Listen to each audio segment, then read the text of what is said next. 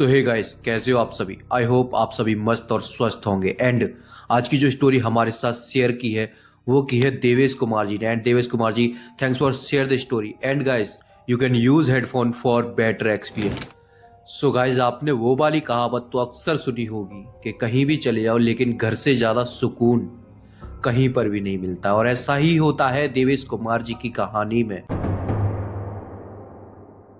मेरा नाम देवेश है और ये जो आज की कहानी है ये मेरी कहानी ना होकर मेरी छोटी बहन रीना की है। सो आगे की कहानी मैं रीना से कहूंगा कि रीना आपको वह कहानी सुनाए।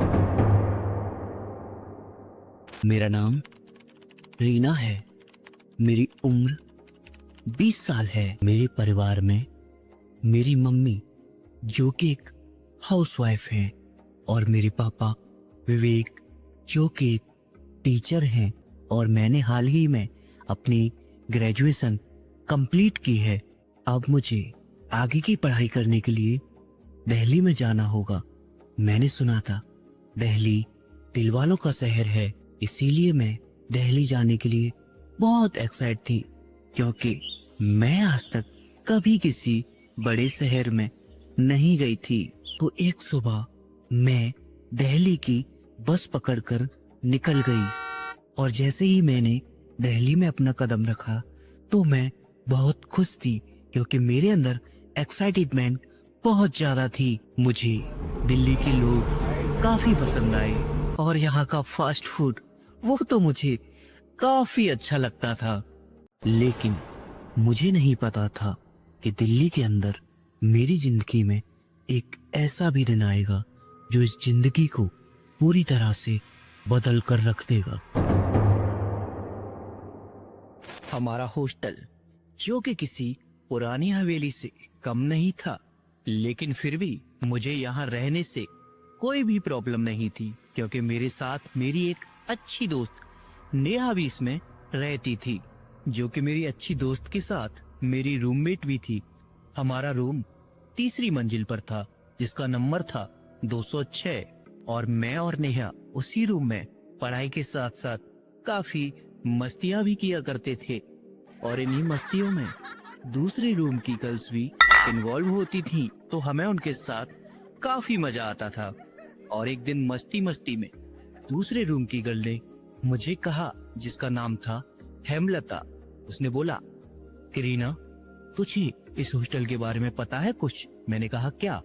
उसने डरावनी आवाज बनाते हुए कहा, हमारा हॉस्टल है, ये हॉन्टेड है और यहाँ पर कुछ साल पहले रहस्यमय तरीके से एक लड़की की मौत हो गई थी। तो मैंने उसकी बात का बहुत मजाक बनाया और फाइनली मैं और नेहा अपने रूम में पढ़ाई करने के लिए आ गए। कुछ दिन तो सब कुछ ठीक चला था, लेकिन धीरे धीरे हमारे साथ उस रूम में अजीब अजीब होने लगा। पहली बार जब मुझे अजीब लगा तो वो एक रात थी, मैं अपने बेड पर लेटी हुई थी और तभी मुझे हल्की हल्की किसी के रोने की आवाज सुनाई दी। पहले मुझे लगा कि शायद नेहा होगी, लेकिन मैंने नेहा को देखा तो वह तो अपने बेड पर काफी गहरी नींद में सो रही थी। मेरा दिल जोर जोर से धड़कने लगा और जो आवाज थी वो और तेज होने लगी। ऐसा लगा कि कोई लड़की बहुत दुखी होकर सिसक कर रो रही है। मैंने हिम्मत कर दरवाजा खोला, लेकिन बाहर कोई नहीं था। हॉस्टल का हॉल एकदम से सुमसाम खाली पड़ा था, चारों तरफ अंधेरा था। बस हॉल के अंदर एक छोटी सी ट्यूबलाइट जली थी जो धीमे धीमे डरावने तरीके से फ्लेम कर रही थी और मैं चुपचाप आकर अपने रूम में लेट गई। लेकिन नींद जो कि मुझसे कोसों दूर थी। और एक सुबह हमारी आंख खुली और हम तैयार होकर अपने कॉलेज चले गए और अगली रात हमारे साथ कुछ और भी डरावना हुआ। उस रात मैं और नेहा सोने की कोशिश कर रहे थे, तभी अचानक से हमारे रूम में रखी चेयर अपने आप हिलने लगी जो कि नेहा ने देखी और उसने कहा, देखो देखो वो चेयर खुद से हिल रही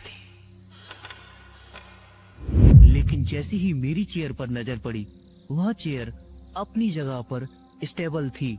लेकिन मुझे नेहा की बात पर पूरा विश्वास था कि वह चेयर वाकई में हिली होगी। इसीलिए हमने खड़े होकर अपने रूम को चेक करना शुरू कर दिया।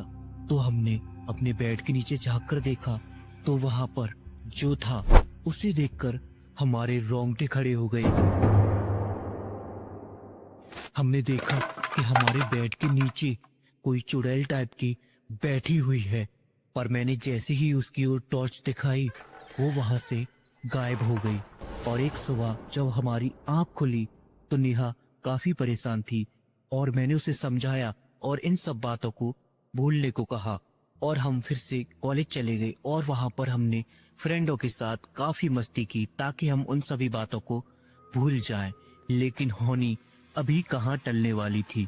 एक रात मैं गहरी नींद में सो रही थी, तभी अचानक से रात के 2 बजे मेरी आंख खुली और मैंने नेहा को देखा तो नेहा अपनी जगह पर नहीं थी। फिर मैंने उसे इधर उधर देखा लेकिन वह कहीं नहीं थी और अचानक से मेरी नजर मेरे कमरे के कोने में पड़ी और मैंने देखा कि वह उसी कोने में खड़ी थी, वो भी बिल्कुल सीधी, बिना हिले डुले। उसका चेहरा दीवार की तरफ था और उसके बाल खुले थे। फिर मैंने उसे धीरे से पुकारा, नेहा नेहा उधर क्या कर रही हो? लेकिन मैंने और तेज आवाज में कहा, नेहा। तभी उसने धीरे धीरे मेरी तरफ चेहरा घुमाया और जो मैंने देखा उसे देखकर मेरी चीख निकल गई। उसकी आंखें एकदम सफेद थी, जैसे उनमें कोई पुतली ना हो। उसके होठों पर एक अजीब सी मुस्कान थी और अगले ही पल उसने अपना मुंह पूरा खोल लिया। मैं जोर जोर से चीखी और अपने बेड से कूदकर भाग गई। नेहा भी मेरे पीछे पीछे दौड़ी और जैसे ही मैंने पीछे मुड़कर देखा तो वह गायब हो गई। मैं पूरी रात डर कर एक वार्डन के रूम में रही थी और एक नई सुबह आई और मैंने नेहा से इस सब के बारे में पूछा तो उसने कहा, मुझे कुछ भी याद नहीं, मैं तो गहरी नींद में सो रही थी। उस दिन के बाद हमने उस हॉस्टल को हमेशा के लिए छोड़ दिया। लेकिन आज भी जब मैं रात को सोती हूँ और उसके बारे में सोचती हूँ तो मेरी रूह कांप जाती है। और एक बात और, क्या वह सच में नेहा थी या फिर उसके शरीर में कोई और आ गया था?